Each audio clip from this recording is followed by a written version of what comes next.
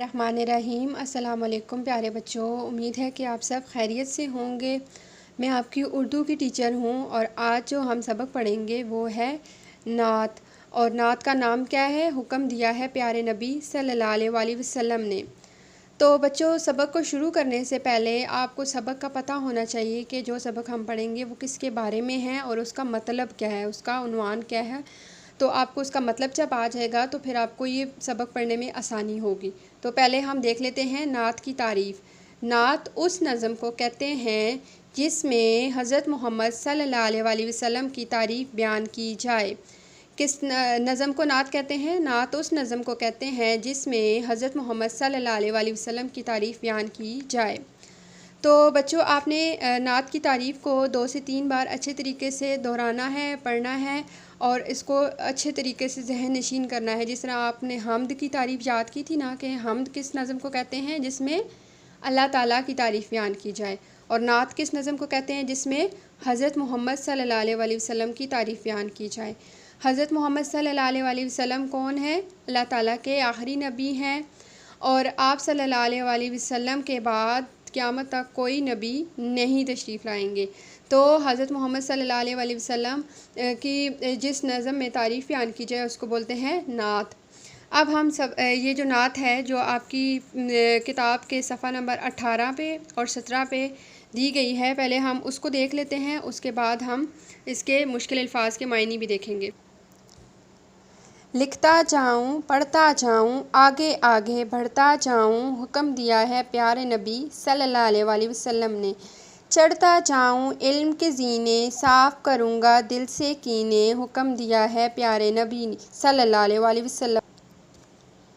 اپنا دل بھی صاف کروں میں، بدلہ نہ لوں معاف کروں میں، حکم دیا ہے پیارے نبی صلی اللہ علیہ وسلم نے۔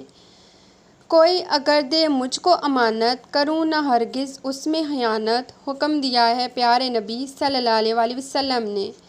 خود جو سیکھوں سب کو سکھاؤں، اچھی باتیں سب کو بتاؤں، حکم دیا پیارے نبی صلی اللہ علیہ وسلم نے۔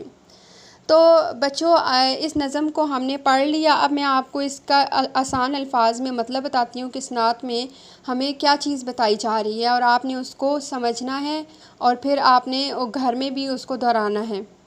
اس میں کیا بتایا گیا ہے کہ آپ صلی اللہ علیہ وسلم نے علم حاصل کرنے کا حکم دیا۔ جس طرح کہ آپ لوگ پڑھ رہے ہیں، اچھی اچھی باتیں سیکھ رہے ہیں، اسی طرح اس چیز کا حکم حضرت محمد صلی اللہ علیہ وسلم نے دیا ہے کہ آپ پڑھتے جائیں، لکھتے جائیں، اس کو علم کو زیادہ سے زیادہ حاصل کریں تاکہ آپ زندگی میں آگے بڑھیں۔ اور اس کے ساتھ ساتھ اور کیا بتایا کہ ہم علم زیادہ سے زیادہ حاصل کریں گے تو ہم آگے ترقی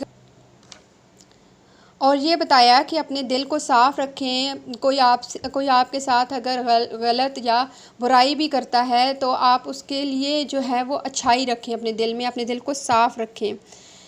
اور اگر کوئی آپ کو امانت دیتا ہے، امانت کا کیا مطلب ہے؟ کوئی چیز آپ کے پاس رکھواتا ہے کہ وہ اس کو واپس کرنی ہے، ریٹرن کرنی ہے، تو آپ کیا کریں گے؟ اس کو ایسے ہی واپس کرنی ہے، تو وہ کیا ہوگی؟ امانت۔ اگر آپ اس میں سے کوئی استعمال کر لیتے ہیں چیز تو وہ کیا ہو جائے گی؟